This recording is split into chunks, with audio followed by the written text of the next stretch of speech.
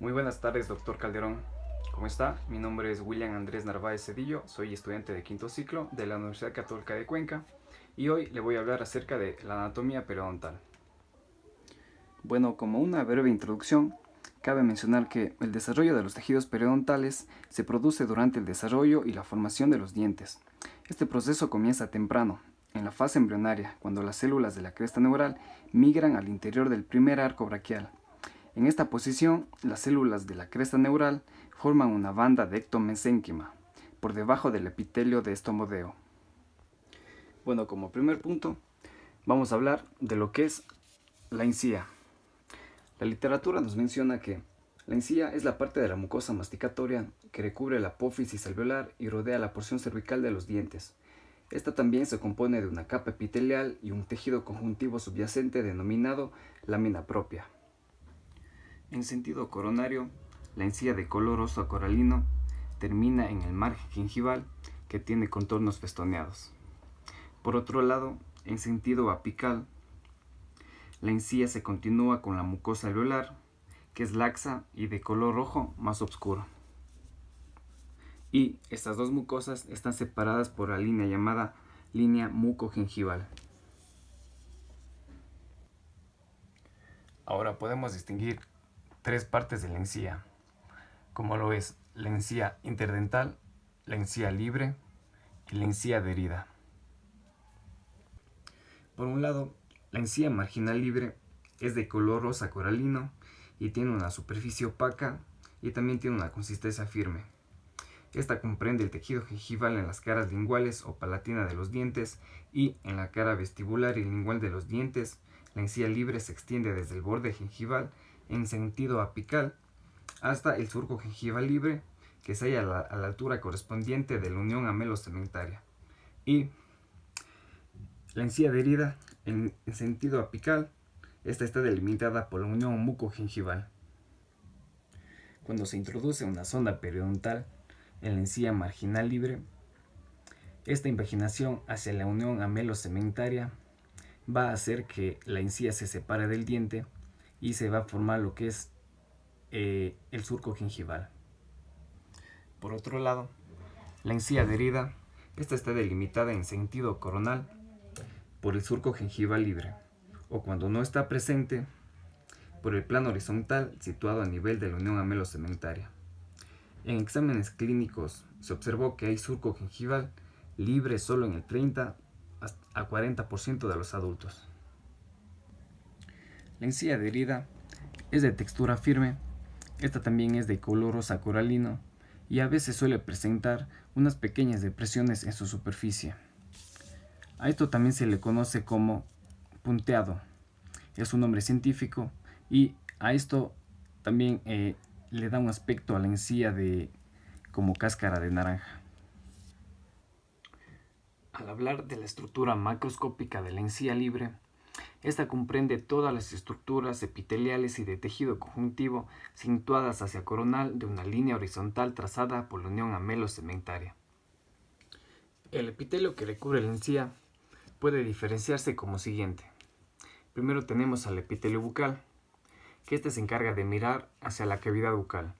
Y luego tenemos al epitelio del surco, que este está enfrentando al diente pero sin estar en contacto con él, formando el surco gingival. Tenemos también el epitelio de unión, que este básicamente nos provee contacto entre la encía y el diente. A continuación, vamos a hablar acerca de las fibras del tejido conjuntivo de la encía. Primeramente, hay que decir que las fibras de la encía son producidas por los fibroblastos y estas se pueden clasificar primeramente en fibras colágenas, en fibras de reticulina, en fibras de oxitalano y también en fibras elásticas. Por un lado, las fibras de colágeno son las que más abundan en el tejido conectivo gingival. Ahora, las fibras de colágeno son las que más están presentes en el tejido conjuntivo gingival y constituyen el componente esencial del periodonto. Aquí, en esta imagen, podemos ver una microfotografía electrónica que muestra cortes transversales y longitudinales de fibras colágenas.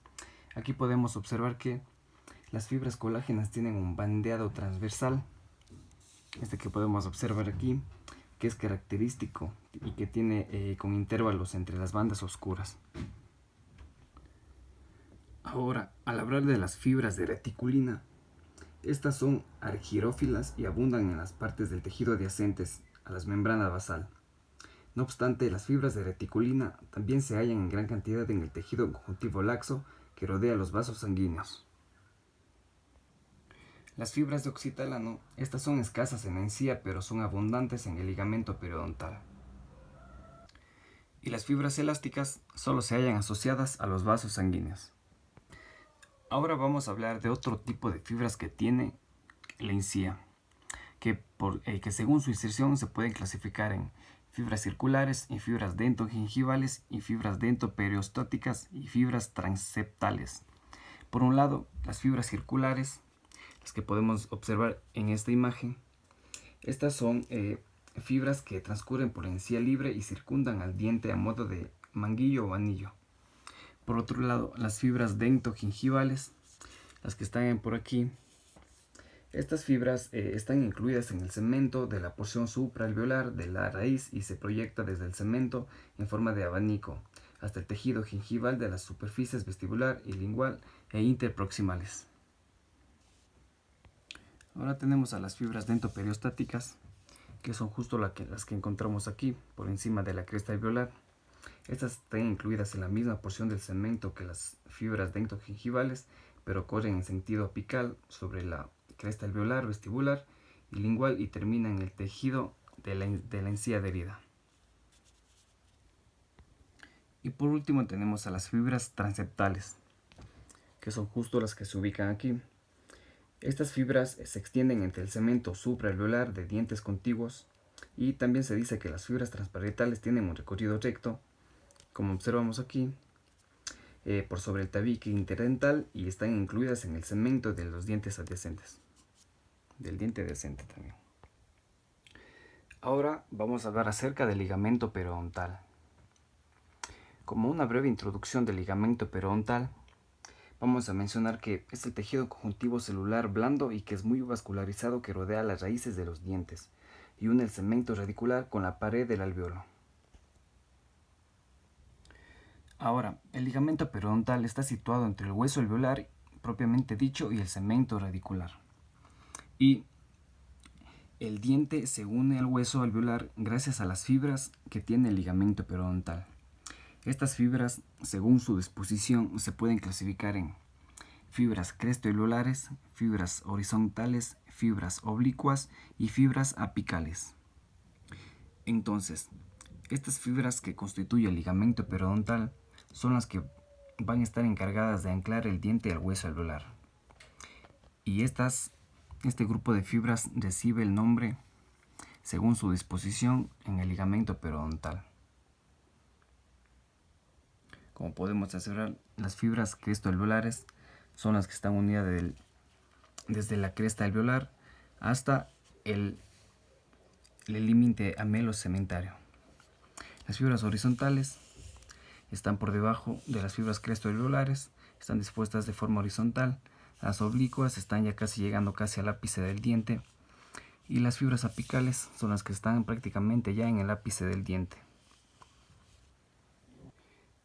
Y aquí he tratado de dibujar una imagen de visión con luz polarizada, en donde nos muestra que las fibras de Sharpey, o también llamadas las fibras del ligamento periodontal, no solo atraviesan el cemento, sino también todo el espesor de lo que es el hueso alveolar propiamente dicho. Ahora, por último, para terminar con el ligamento periodontal, vamos a mencionar que el ligamento está compuesto por varios tipos de células, como son los fibroblastos, los osteoblastos, los cementoblastos, los osteoblastos y también las células epiteliales y fibras nerviosas. También se dice que está compuesta por los restos epiteliales de Malassez.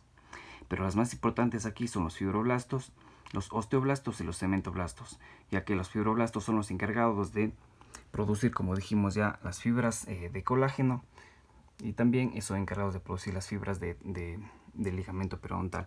También tenemos a los osteoblastos, que son encargados de producir tejido óseo cuando hay algún daño. Y por último también tenemos los cementoblastos, que son encargados también de producir cemento. Bueno, a continuación vamos a hablar acerca del cemento radicular. La literatura nos menciona que el cemento radicular es un tejido mineralizado especializado que recubre las superficies radiculares de los dientes y en ocasiones pequeñas porciones de las coronas. Asimismo, puede llegar a extenderse hacia la zona del conducto radicular. Y también, a diferencia del hueso, el cemento no contiene ni vasos sanguíneos ni tampoco inervación. Ahora, se describen diferentes formas de cemento. Primeramente tenemos el cemento celular afibrilar. Este cemento se encuentra principalmente en la parte cervical del esmalte. Como segundo punto, tenemos el cemento acelular con fibras extrínsecas. Este tipo de cemento se encuentra en las partes coronal y media de la raíz y contiene principalmente fibras o bases de Sharpe. Este tipo de cemento también es una parte importante del aparato de dentición porque conecta el diente con el hueso alveolar propiamente dicho. Como tercer punto tenemos al cemento celular mixto estratificado. Este tipo de cemento se halla en el techo apical de las raíces y en las forcaciones. Este también contiene fibras extrínsecas e intrínsecas y también contiene cementocitos. Tenemos también al cuarto. Este cemento celular es con fibras intrínsecas. Este tipo de cemento se encuentra sobre todo en las lagunas de deserción y contiene fibras intrínsecas y también contiene cementocitos. Ahora en estas tres imágenes podemos apreciar los tres estadios del desarrollo del cemento acelular. El cemento celular de fibras extrínsecas se forma al mismo tiempo que se forma la dentina radicular. Al principio, cuando se forma la raíz, la vaina epitelial de Herdwin, que reviste la predentina recién formada, se fragmenta. Entonces, en los cementoblastos comienzan a sintetizar fibras de colágeno que se implantan perpendicularmente a la superficie. Ahora vamos con la última estructura de la anatomía periodontal, que es el hueso de la apófisis alveolar. La literatura nos menciona que el hueso de la apófisis alveolar se define como la parte de los maxilares superior e inferior que forma y sostiene los alvéolos de los dientes. Además, esta está compuesta por hueso que se forma tanto por células del folículo dental como por células también independientes del propio folículo. Esta también constituye el aparato de inserción del diente. La función principal del hueso alveolar consiste en que este se encarga de distribuir las fuerzas que generan, por ejemplo, la masticación y otros contactos. En esta imagen o dibujo tenemos un corte transversal que pasa por la apófisis alveolar del maxilar superior a nivel central de las raíces de los dientes. Aquí notamos que el hueso que recubre las superficies radiculares es mucho más grueso en la cara palatina que en la cara vestibular del maxilar. Y además, desde el punto de vista anatómico, las paredes externas se componen por hueso cortical. En esta otra imagen tenemos un corte transversal que pasa a través de la apófisis del maxilar inferior a la altura de los techos coronal y apical de las raíces. Y bueno, aquí podemos notar que la diferencia del espesor del hueso de la escala vestibular y lingual de la apófisis celular varía entre una y otra región, como por ejemplo en los incisivos molares, la tabla ósea en la cara, por ejemplo en la cara vestibular de los dientes es mucho más delgada que en la cara lingual, y a diferencia de los molares, que es más grueso en la superficie vestibular que en la lingual. En esta otra imagen podemos observar que a veces el recubrimiento óseo por vestibular de los maxilares es muy delgado o falta del todo. A este acto o a este mecanismo tal vez se le llama dehiscencia. O por el contrario, cuando si se queda algo de hueso en la parte más coronaria del hueso vestibular, pero el defecto se halla más hacia hacia apical, esto se llama fenestración. Y por último, en esta otra imagen tenemos un corte vertical que pasa por diversas regiones del incisivo inferior. Asimismo, desde el incisivo hasta llegar al molar va a haber una gran diferencia del espesor del hueso por la cara vestibular y lingual. Aquí en esta imagen podemos apreciar de mejor manera. Como podemos observar, el espesor del hueso de la cara vestibular es un poco menor a la cara vestibular o palatina de los molares. Eso sería el final de mi presentación. Muchas gracias por su atención, doctor. Que pase una buena tarde.